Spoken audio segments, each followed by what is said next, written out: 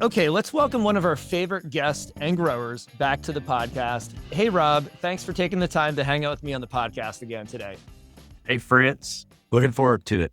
Yeah, or as I call you, Amico Rob. I don't know where the origin came from. I think it's when we both did the online, you did the online training with me and Marco Tessari for pruning.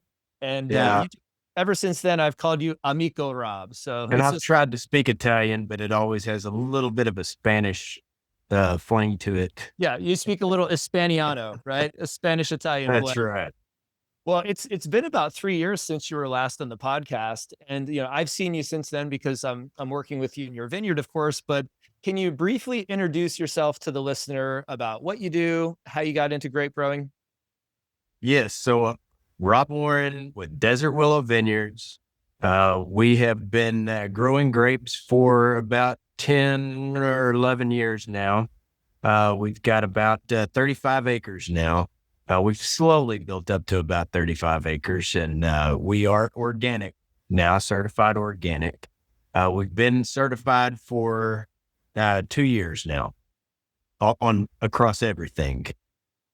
So we also grow row crops organically. We grow organic peanuts, organic cotton, organic wheat, and we raise sheep as well.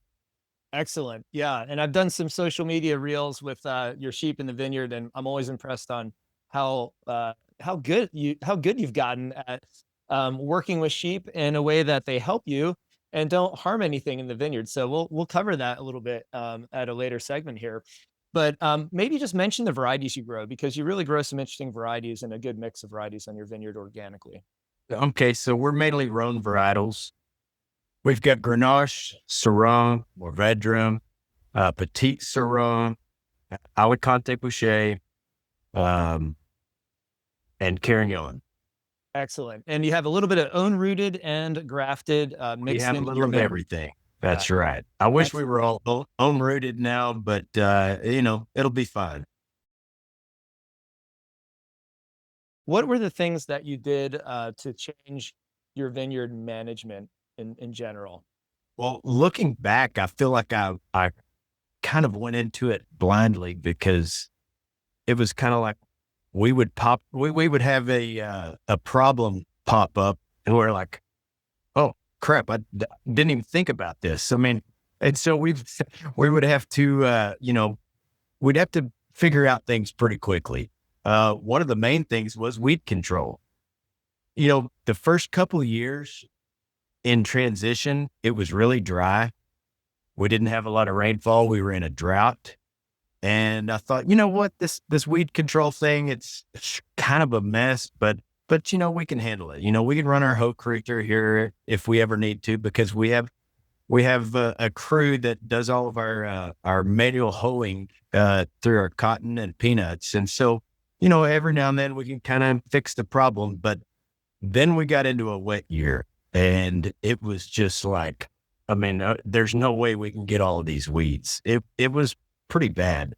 And so we did what we could. We shredded, we plowed as close as we could. I don't like plowing underneath the vine row. I like to keep that just sitting and not disturbing the soil, because I know that the more you stir that soil, the more weed seeds. I really think birds landing on your trellis drop weed seeds. And so the weeds can get out of control if you keep plowing new weed seeds in there. But if we don't ever touch right underneath our vine row. But the weeds were a big problem. And oddly enough, we were trying to utilize our sheep in the vineyard as well. And all of a sudden we realized, hey, this is a pretty good solution for this problem that we're having, is let's just graze the sheep through there. Now, you can only do that certain times of the year. Obviously, you don't want to do that when you've got a bunch of fruit that's ripening, but pre-veraison, you can get in there, and the sheep cleaned everything up. They really did a good job.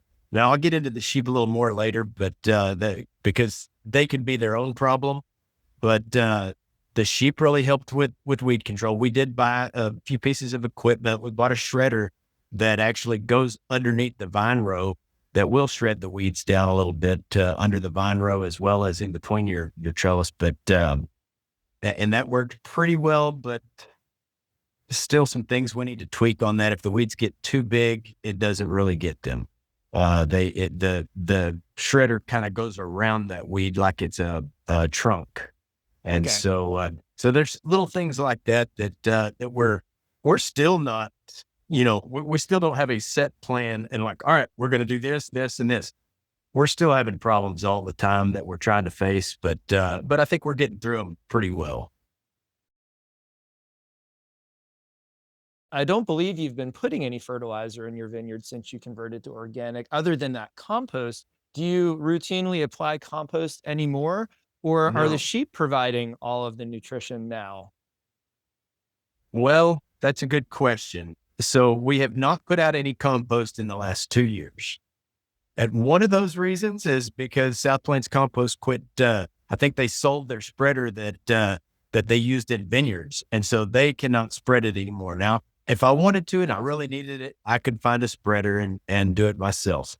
But we were leaf sampling last year, and after you see the sheep graze through the vineyard, I mean, you can see that they are fertilizing and converting this grass and the weeds into fertilizer. And so we were leaf sampling last year, and just to double check our nutrients, and everything was just really balanced. And we did not see any deficiencies in anything. And so as of right now, we're not putting out anything else. We're letting the sheep, we're kind of mob grazing the sheep, and stocking it pretty heavily. But then here's the deal. You can't just decide, okay, I'm going to plant this vineyard and I'm going to get some sheep and I'm going to put them out there, and that's what my sheep are going to eat. You have to have a place, preferably right there close by, that you can just run the sheep and get them out of the vineyard, And so we will mob graze and then send the sheep back out into the sheep pasture. So I don't want people to think that, oh, this is going to be easy, I can just put sheep out there. You have to have another place to go with the sheep. But yes, they did fertilize the vineyard, and I think this is going to work out pretty well in the future. The more we do this, I think just the vines are going to become healthier and healthier. Based on what you told me just now, what were your observations in your vineyard operation comparing cost of conventional to organic? So at first, yes, obviously our cost of production went up. We were bringing in hoe hands. We were, having to do everything manually. And once we've kind of got, like I said, there's a little hump that you have to get over. And once we got over that hump, and where I've noticed that grass has been established and has a very good covering, we have less weeds. But yes, at first the costs were quite a bit higher. A lot of those organic products that we use are, fairly expensive. So, and like I mentioned before, we're probably spraying more being organic than I ever did when I was conventional. And But so, yes, my can you cost put a number to that? How many times did you spray this past season, which was this past season, we rowdy? probably sprayed about 10 or 11 times. Okay. Whereas a So- conventional grower might have sprayed 5 times. Yeah, 5 to 7, something like that. Got it. Okay. Yeah. And yes, at first our expenses were higher. Now that we're kind of being able to utilize the sheep, and we're kind of more of a hands-off approach, I would say we're getting closer to to being comparable to the conventional production costs. Okay.